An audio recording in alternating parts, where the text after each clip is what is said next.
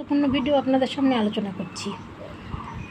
এই যে যেই মেয়েদের 18 বছর হয়ে যায়, ছেলে দেখার একটা রীতি উঠে আসে, বা ছেলেদের 25 বছর হয়ে গেলে বা 30 বছর হয়ে গেলেই মেয়ে দেখার একটা রীতি উঠে আসে। তা আমাদেরও, আমি যে যথেষ্ট আমার বাবা মার প্রথম সন্তান, সেই হিসাবে আমাদের যে 20 বছর হয়ে গেছে, মা বাবার চিন্তা পড়ে গেছে যে না, এবার মেয়ের বিয়ে দেওয়া দরকার। ব্যাস যথারীতি হচ্ছে। আমার প্রথমও হালিশহর, সেই হালিশহরই লাস্ট হলো। তা প্রথমটাও একটু এরকম ছিল, এবার সেটা বাবা বুঝতে পেরেছিল বলে অনেকটাই অনেক কিছু আমার সম্বন্ধ ক্যান্সেল হয়েছে। লাস্ট হালিশহরই হলো।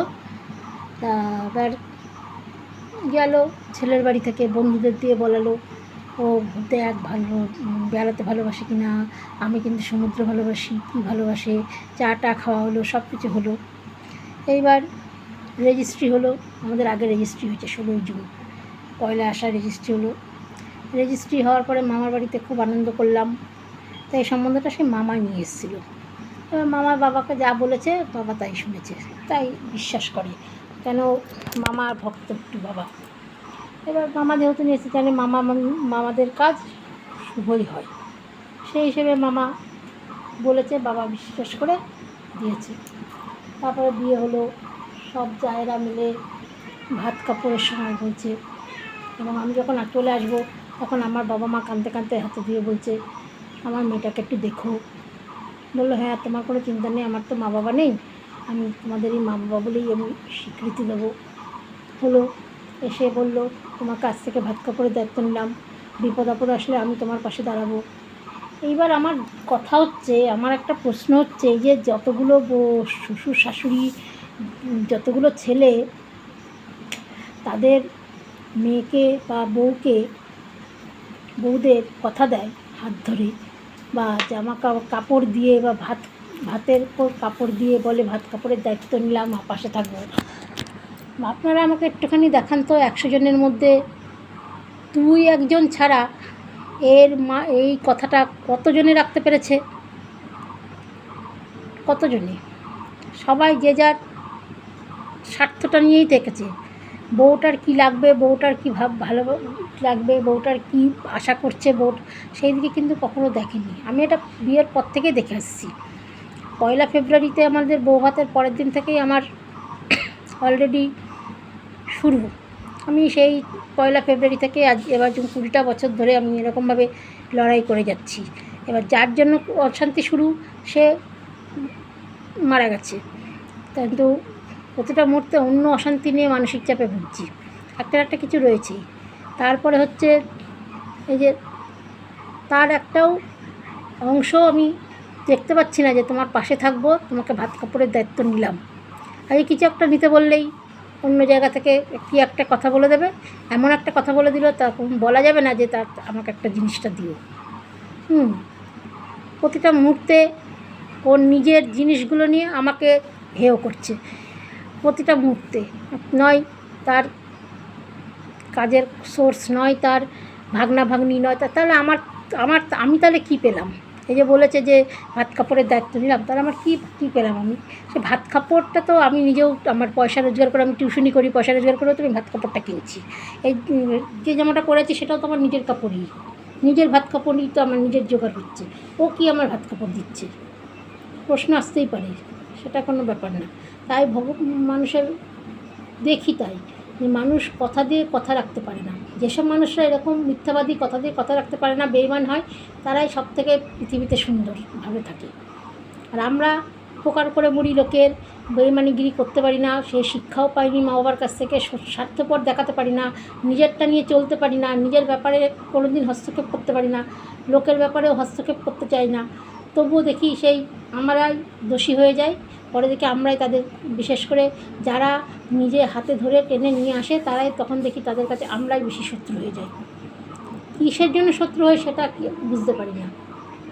ভাবি আর কোনো দিন কারোর উপকার করবো না, কারোর সামনে থাকবো না, কারোর জায়গায় যাব না, কিন্তু পরে দেখি যে নিজেই আবার তার দিকে বেশি আকৃষ্ট হচ্ছি।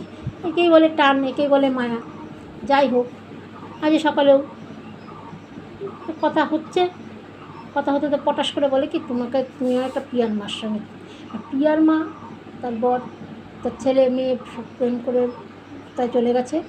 ওর মা ওর মতন করে দিয়ে থাকে, দিয়ে নানা রকম গালাগালিজ করে। তাহলে আমিও তাহলে গালাজ করি। ওর কোনো পেটে বিদ্যা নেই, ওর সঙ্গে আমার তুলনা করছি। তাহলে আমি বলেছি, এটা কি তোমার ঠিক হলো? প্রথমে এটা বললো গাড়ি চালানো। আমি দেখো স্কুটি আমার ছোটোবেলা থেকে আমার ভালো লাগে না, এইসব বড় লোকই চাল। আমি হেঁটে হেঁটে তারপর না দরকার অটো ভাড়া করে যাবো, তো আবার স্কুটি মুটি চালাতে আমার ভালো লাগে না। সেই জন্য আমার খুব ইচ্ছে ছিল, তোমাকে যারা হেও করেছে, আমি তুমি হেও করা যেটা কে দিয়েছে? কথাই তো আছে, কুকুরকে লাই দিলে মাথায় উঠে। তুমি তো আগে ওদের হেও করার জিনিসটা শিখিয়েছো, কী করে জেঠকে বা কী করে গুরুজনদের হেও করতে হয় তুমি শিখিয়েছো বলেই তো ওরা হেও করার সুযোগ পেয়েছে। এখন আর বলে লাভ কী? নিজে শিখিয়েছো। তাই প্রচণ্ড যে খারাপ লেগেছে। তাই বলি, যেসব পুরুষ মানুষরা এসব কথা দেয়, তারা যদি কথা না রাখতে পারে তাহলে কথা দেয় কেন?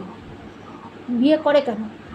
আইবুড়ো থাকাই ভালো তাদের। এখন আমার বিয়ে হয়ে গিয়েও তো আমি তো আইবুড়ো একটনই রয়েছি।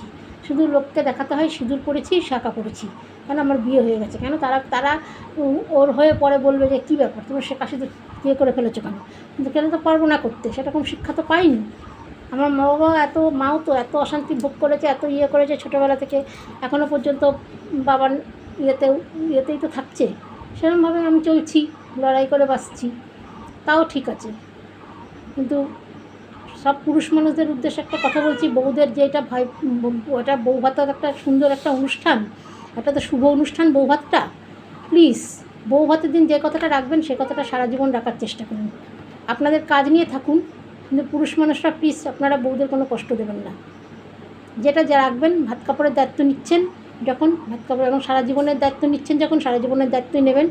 যে কেউ আসুক না কেন, আপনাকে যে কেউ বলুক না কেন, আপনারা প্লিজ একটু বউর ওপর প্রতিবাদ করতে শিখুন। সবসময় এটা পেলাম না বলে, ওটা পেলাম না বলে বউকে প্লিজ আপনারা কষ্ট দেবেন না।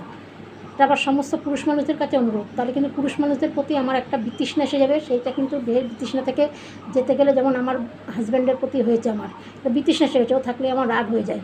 সেই জিনিসটা যেন অন্য কোনো পুরুষ মানুষদের ওপর আমার না আসে, এটা একটু আপনারা দেখবেন। তুমি তোমার মতন হয়েছো, তুমি ওর মতন হয়েছো, ওর সঙ্গে তুলনা না করে নিজে আগে ঠিক মতন তৈরি হতে পেরেছো কি না সেইটা দেখে তারপরে বউটা তুলনা করেন। সবার কাছে আমার একই অনুরোধ, পুরুষ মানুষরা একটু ভালো হন। পুরুষ মানুষরা পরকীয়া করে, তারপরে বউ যদি পরকীয়া করে তখন আবার বলবেন যে বউটা চরিত্রহীন। কারণ আগের চরিত্রহীনটা আপনি দেখিয়েছেন, তাই জন্য বউটা চরিত্রহীন হয়েছে। আগে আপনি পরিস্থিতি খারাপ করেছেন, তারপরে বউটা পরিস্থিতি খারাপের দিকে গিয়েছে।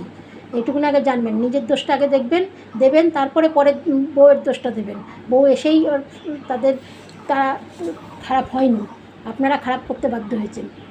আপনারা মেয়ে চোখা হয়েছেন, মেয়ের দিকে তাকান, এই অন্য বউদের দিকে তাকান, অন্য বউদের দিয়ে আপনার বউকে হেনস্থা করেন, মানসিক টর্চার করেন, অশান্তি দেন। তার জন্যই আজকে আপনার বউটা আপনার দিকে তাকিয়ে আপনাকে সন্দেহ করে ওই দিকে তাক মারছে। এখন আমার জীবনে আমার যেটা হয়েছে, আর কারোর যেন এই দিনটা না দেখতে হয়, তাই জন্য বলছি আপনারা বউকে আগলে রেখে তারপরে আপনারা অন্য কাজে যান প্লিজ। যখন কথাটা দিয়েছেন সারা জীবনের সঙ্গী হয়ে থাকবো, সারা জীবন পাশে থাকবো, ভাত কাপড়ের দায়িত্ব নিলাম, জিনিসটা মেনে চলার চেষ্টা করুন। ধন্যবাদ।